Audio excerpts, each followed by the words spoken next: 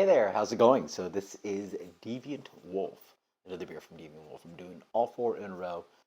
We're doing their Kush. This hey. We just had a podcast with Brett from Wild East in New York, which I've never had any of the beers. I would love to go there. Can't wait.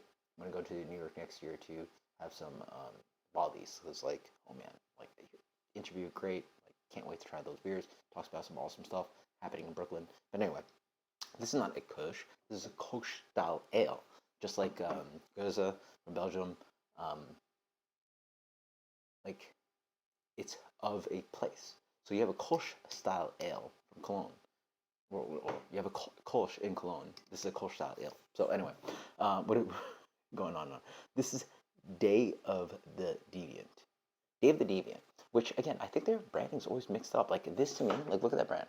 That looks like a stout. That's like stout, and instead they're going Kolsch on that. Like, why? Like to me, that makes so much more sense. The black and the red and the metal and all that kind of look. Or you go hazy IPA or something like crazy, but like Kolsch, like you go Kolsch on that. I don't know. Like this black and red and white sells Kolsch to you.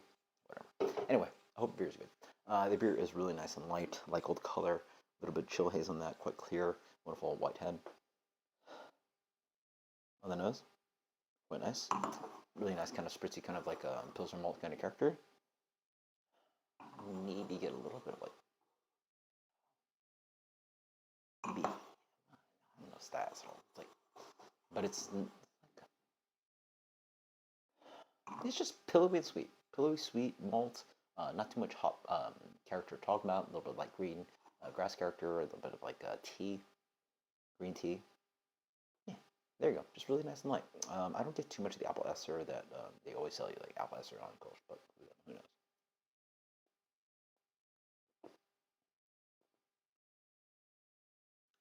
It's pretty good. Ooh, there you go. Interesting. Okay, interesting.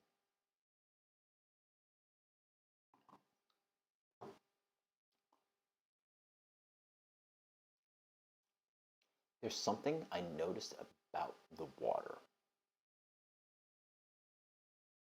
on the first beer. Or no, the IPA. The IPA, I noticed something about the water. There's something a little harsh. I don't know if they have RO. Ideally, they're not using, allowing chlorine in the water. Something is a little bit off.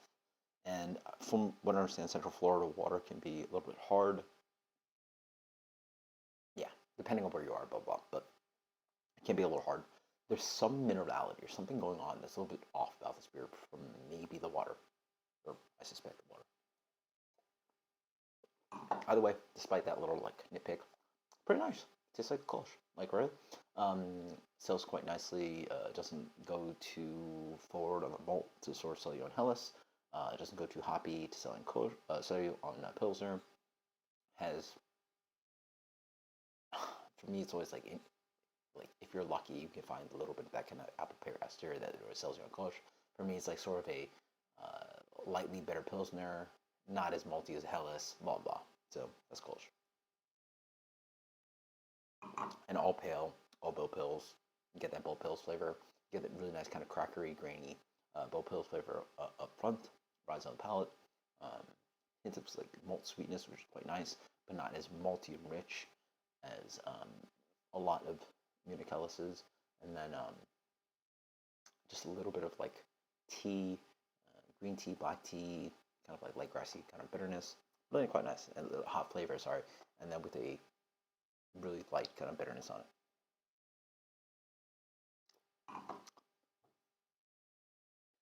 I want to say that just a hint of something going on, a hint of water thing. But then again, I could be wrong. Maybe I can ask them, hey, what's your water profile?